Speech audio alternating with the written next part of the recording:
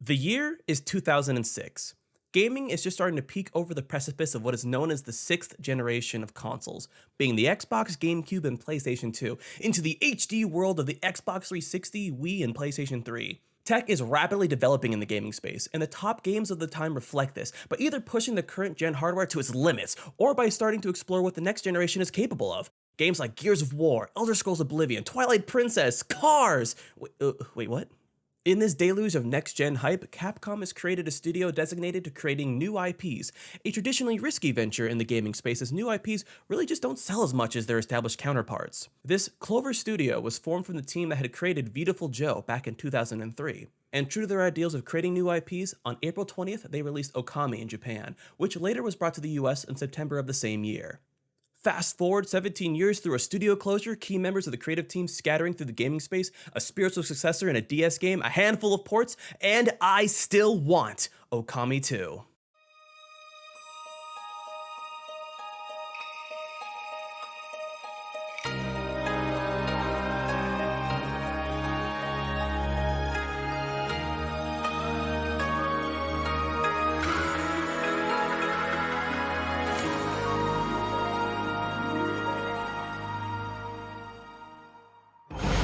Okami. Why Okami? How can a 17-year-old PlayStation 2 game stand against over a decade of games that has since been released? Over the time since Okami's initial release, we have seen the rise of multiple new genres such as the Souls-like, Battle Royales, and MOBAs. New developers have risen in the industry while mainstay titans have taken a step back. Consoles have come and gone. It is a different world in terms of video games. But Okami did something that many games try to do, but only a sparse few actually achieve. It delivered a unique experience, and the game was good. Being unique means little if it's not also, fun. This in itself is kind of funny, because Okami is a traditional 3D Zelda clone. Literally borrowing its template from an established franchise, it has a segmented overworld that connects to towns and dungeons. Said dungeons contain new abilities that help clear it, and traverse the overworld.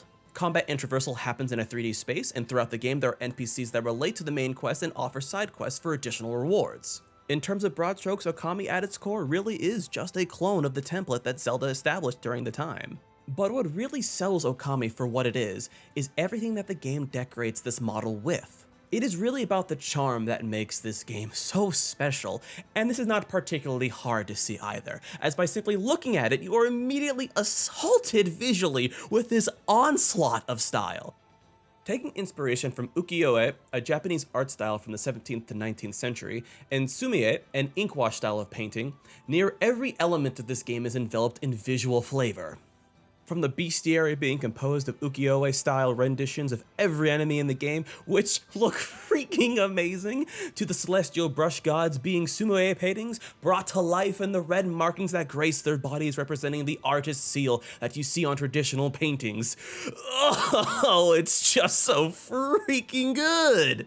This is heightened too from the developer's use of cell shading so that the outlines of the characters look like ink strokes, and the whole world follows suit, creating imagery that resembles a moving painting. But this idea doesn't just stop here. No, these sick geniuses over at Clover Studio then implemented this art style into combat, where you could at any point stop time and paint on the screen to generate various effects, such as a simple slash or a raging inferno. This kind of fusion of art and gameplay, it's just so rare, so uncommon, that to this very day, it stands out as a true achievement in gaming. The very evolution of ideas from, what if we made our whole game look like Japanese art, to, well, if it looks like art, then we should allow our player to paint on it, is such a simple one, but it's such a cool integration, I can't help but gush about it, at least a little bit. Anyways, the use of historic Japanese inspiration does not stop there. Okami features a lot of characters and stories that are inspired from Japanese folktales and the Shinto religion. The playable character of Amaterasu and side character Suzuno are inspired by the sibling gods of the same name. The first third of the game follows a modified rendition of the story of the slaying of Yamata no Orochi. Isun is inspired by the fairy tale Isun Boshi. The three weapon types are parallels to the three imperial regalia of Japan. And I can go on and on down this rabbit hole. Or you can go watch the plethora of YouTube videos that have already been made on this topic, such as the Did You Know Gaming video on Okami, which I will link in the description below. While we're on the concept of characters, this game is straight goofy with its portrayal of the cast, generating some real cartoon energy. An old man with an orange on his head dancing to bring a tree in his village to bloom? Check. A sensei whose head spins from a droopy old man expression to an excited martial warrior? Double check.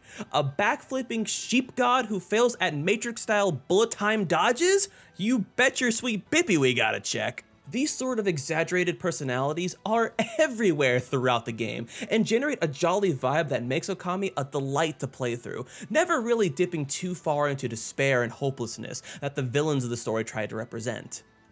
Every character speaks a la Banjo-Kazooie or Chibi Robotalk, with garbled and dissected portions of human speech, sounding like really playing into the more lighthearted and humorous aura of the game. Leveling up also shows some of the game's inherent charm, as the experience points you gather throughout the adventure is called praise, and is earned from helping out NPCs and improving the environment. See some dead grass emanating cursed air? Just paint over it and bloom some flowers and the area will transform, releasing praise and change how the world looks. Over time, you feel like you're at the forefront of a sweeping force throughout the land, bringing with you good fortune and the beauty of nature, fitting into your given role of sun god. Every time you bloom a guardian sapling and it forces the curse zone back, it plays this track that just gets the hype juices flowing for me every time.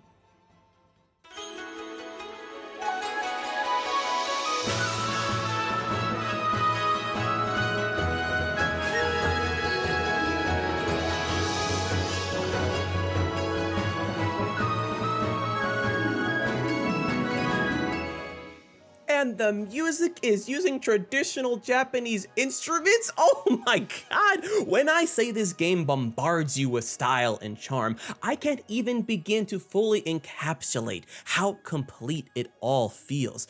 Even hitting these little sparrow servers makes them catch their little plate and the little sheen behind it?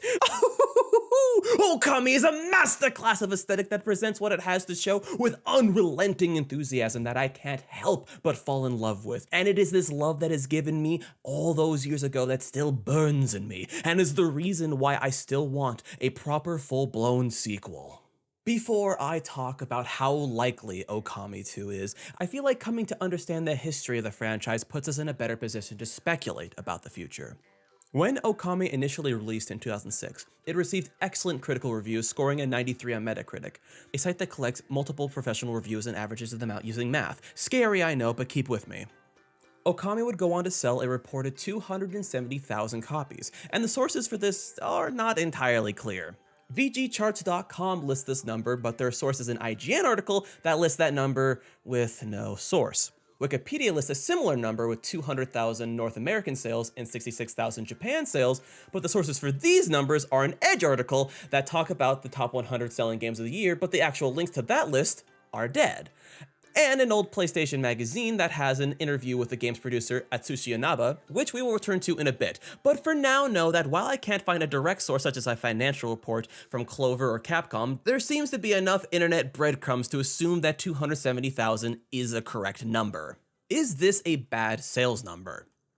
When trying to understand this in context for the time the game came out, I took to the internet where the general consensus is that Okami was indeed a financial failure, but many of the sites I visited either did not list any numbers or facts to back up their claim, or used what numbers they had to create an overemphasized reading. SVG.com's article, one of 2006's most celebrated games is actually a huge flop, reads, as of 2008, the PlayStation 2's iteration of Okami has shipped about 270,000 units per VG charts.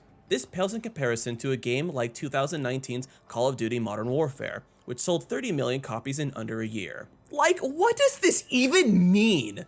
The quotation continues and does admit, this is an extreme example, but provides perspective on Okami's market performance compared to other renowned titles. This is such an understatement, because you are comparing games that came out 13 years from each other, and comparing any game sales to Call of Duty is asinine. COD sales are so bonkers out of proportion to the rest of the gaming sector that Microsoft went through a year-long legal battle to try to buy the developers of that franchise.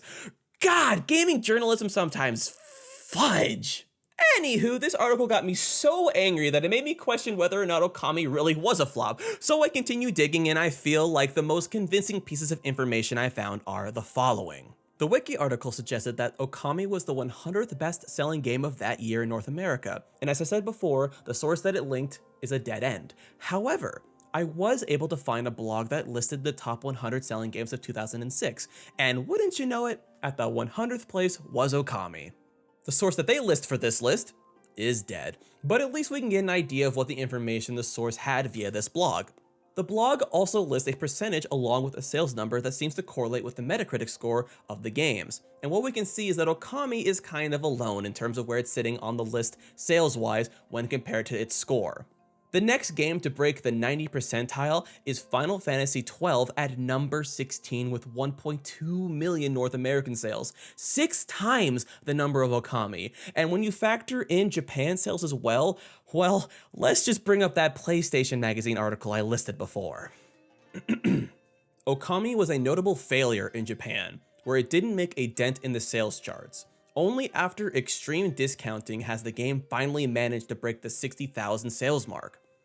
For a system, the PS2, that tens of millions of Japanese people own, sales of anything under 100,000 are considered dismal. So there it is. While the North American sales may not fall under the category of dismal, it doesn't stand up to similarly reviewed games of the year. So yes, I believe it is accurate to call Okami at the time of its release a financial failure. Its poor sales have been attributed to multiple factors, from releasing next to a wave of new consoles, lacking the realistic aesthetic that were being pushed in the industry at the time, and of course, just being a new IP. Regardless of the reasoning, months after the release of Okami and another financial hiccup in the game of God Hand, Capcom decided to reabsorb Clover Studio back into its R&D branch. During this time, key heavy hitters from Clover Studio such as Hideki Kamiya, Shinji Mikami, and Atsushi Inaba, men considered heavily responsible for games like Resident Evil 1, 2, and 4, Devil May Cry, and Beautiful Joe, left Capcom and ended up forming a company known as Platinum Games. But we're getting ahead of ourselves. Capcom now left without key members that created Okami, and having it be considered a commercial failure, the game's future is left in an undesirable state, but the following years will be kinder to Amaterasu and the people of Nippon.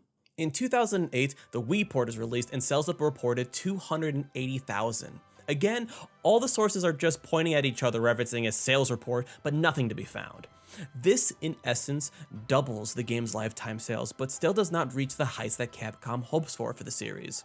In 2009, Capcom files a trademark on Okamiden, which leads fans to hope that this was the plan for the sequel. But it is later revealed that Okamiden would be a handheld game for the DS, and while taking place after the events of the original Okami, following the adventures of Amaterasu's child, Chibiterisu, the game itself didn't really push the series forward and served more as a portable side game. The game's producer is even quoted in an interview with Nintendo Life saying, "First of all, I should clarify that Okamiden is not really a sequel to Okami in the sense that it's more of a successor." But this release did show that Capcom was still aware of the IP, and did not let the series' rough start completely tarnish its reputation. Sadly, however, the only new Okami game that would come out in the following years would be an HD port of the original Okami to current-gen consoles throughout the years, with the PS3 port in 2012, PC, PS4, and Xbox One in 2017, and finally, the Nintendo Switch in 2018. And technically Amazon Luna in 2022, but it's Amazon Luna. These new reports have been more kind to the series, with the Switch port being Okami's greatest seller over the last 17 years, bringing the Okami series as a whole a total sales number of 4 million units as of June 2023. This number is far more exciting than it may first appear, as it shows that a modern-day audience might be more receptive to a game like Okami, making the chance of a sequel more likely. But a large question that still needs to be answered is, who would make it? Capcom owns the IP, but the original team mostly long since left. For many years, fans had held out hope that Platinum Games would carry the torch, as it is where many of the key members, such as the game's director Hideki Kamiya, ended up, and he has expressed multiple times over the years an interest in a sequel to Okami, even as recent as 2021 in an interview with YouTube channel Cutscenes. The most recent news on the topic is that Hideki Kamiya left Platinum Games October 12th of this year. And with this news, I believe we're left in a state of limbo regarding Okami 2. I think the market is there nowadays, with the remaster and remakes being all the craze. People are really looking to gaming's history for new projects today, and these newest sales numbers for Okami are looking favorable for our cel-shaded wolf. The real problem lies with Capcom needing to find the right developer for the project. Ideally, the same team that made the original would take up the endeavor, but as I just went over, that does not seem to be in the cards right now. I feel like watching Kamiya's steps over the next couple of months will be the most telling action for the future of this series, because he has expressed that he plans to continue to create games. So if he were to return to Capcom, or to find a new studio and then decided to work with Capcom, then Okami's 2 future looks pretty freaking good. But honestly, Capcom may just take a different avenue. They're currently on an absolute hot streak with game releases recently, and probably have the capital to do whatever they want with Okami, including just let it lie. As unsatisfying as it is to say, we are really just in a state of wait and see at the moment, but being the optimist I always am, I will continue to believe in Amy and hope for her future. I would like to end this video with a little bit of what ifs and pseudo predictions of what Okami 2 could look like, just for a little bit of fun. Story-wise, I think the ending of Okami makes the future of the series pretty clear. The sequel should take place in the Celestial Plane, where Amaterasu is tasked with purifying the land similar to their work in Nippon. Slaying wandering demons, collecting new celestial powers, all the while helping the denizens of the land while collecting praise. In fact, a lot of the game doesn't have to change to stay fresh in the modern day gaming landscape, as its main gameplay design inspiration of the Legend of Zelda series has itself evolved into an open world sandbox adventure game, and we're actually left with a surprising lack of traditional Zelda-like games in the AAA release slot over the last couple of years. Sticking to this established formula would surprisingly be a standout where the industry is currently pushing away from this kind of design. Of course, I'm not saying there shouldn't be room made for innovation. Wider open sections of overworld is the first thing that comes to mind, with new, more complicated forms of traversal. The original game had concept art depicting Amy assuming different animal forms, which was probably originally designed for moving through water and air, something that Okami 2 can definitely follow up on. The biggest room for improvement over the original falls on the category of combat. Combat in Okami is fine. You can definitely feel the early seeds of what would develop into the Platinum Games signature action combat style, with a snappy counter move that can cancel attack animations, a combo meter that raises with every hit, and at the end of the fight, those rankings pop up that encourage you to improve your performance. Ooh, it's that good stuff. However, when compared to the more contemporary action games, Amaterasu just feels a little pinned down and sluggish. Something that is made up for with the Celestial Brush mechanic, but I think a more mobile and reactive Amy can bring the action gameplay more in line with how games of the genre have evolved over the years while the series has been dormant.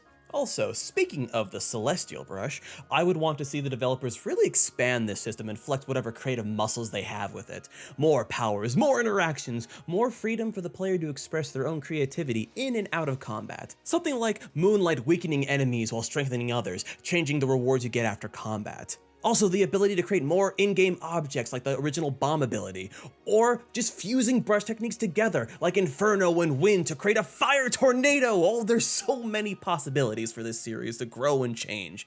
Another reason I'm still holding out hope for the sequel.